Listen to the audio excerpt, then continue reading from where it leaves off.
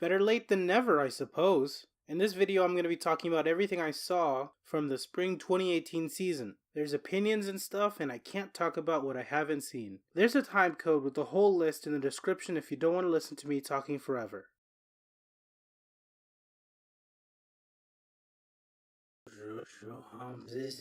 Self-aware and funny, but the joke gets dry relatively quickly. In spite of this, it still entertained me until the last episode. The small little nods and references to other anime were appreciated. It's one of the better anime that's based off of a single gag. It starts off with so much over-the-top raw edge, but then it is just kind of nice. The characters are depressing, but that's okay. Honestly, this just sparked interest in the manga for me, but I'll always have a soft spot for edgy magical girl shows. If you read the manga for the original Tokyo Ghoul, you get to not be confused. Honestly, it's perfectly fine, although the characters seem flat at points and the pacing is rather wonky. It certainly was the CPR that the franchise needed.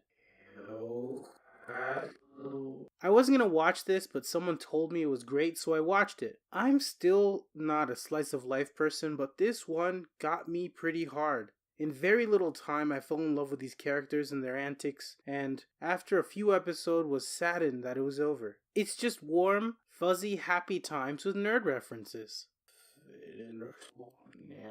Ugh. It's so cliche and boring at times, and using the world building done from its parent franchise as a crutch. I also love how they took one of the main character motivations and resolved them halfway through the series. I just didn't buy the tone or anything. Forgettable and generic season filler.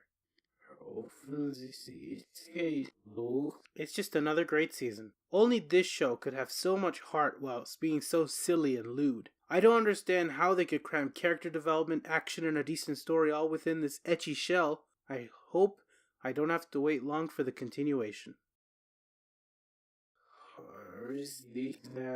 This is a cool side story with lots of moving pieces. It feels kind of weird to see a dejected Okabe, but that's just how it go. This first arc had cool characters and set things up quite well. Also, Mahou is a new candidate for Best Girl. I think it's a worthy addition to the Steins Gate story, although the first half was slower than I would prefer.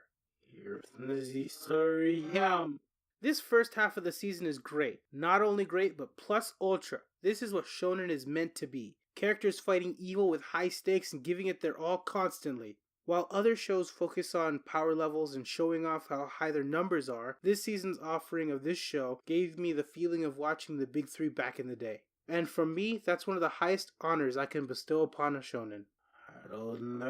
Why is no one watching this cliche-ridden, generic dystopian sci-fi mecha? I mean, for a seasonal show, it didn't start strong, but it's certainly passable at times. You just gotta love the mutant tech-fused baddies with little to no effort put into them whatsoever.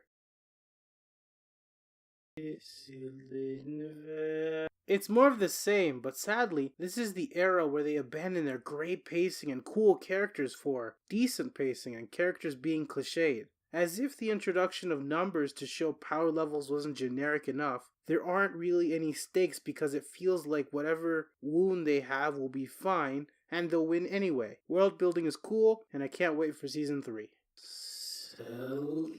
I mean, it's certainly better than last season's offering of this show, but at the same time, it's not very good. It's like an anime version of Her, but it hasn't been thought through as well. It's entertaining to be sure, it's just missing a crucial piece to make it better than just fine.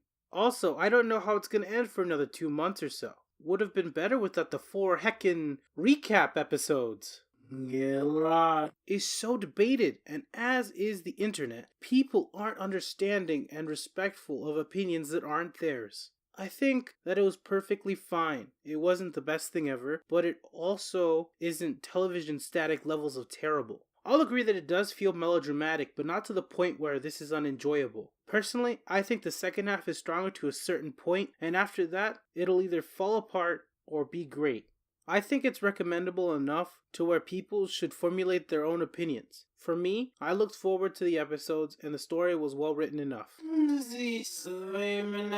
And for anime of the season, I'm gonna have to give it to My Hero Academia. It was blood pumping, pulse raising, fun action. Great stakes, great resolution.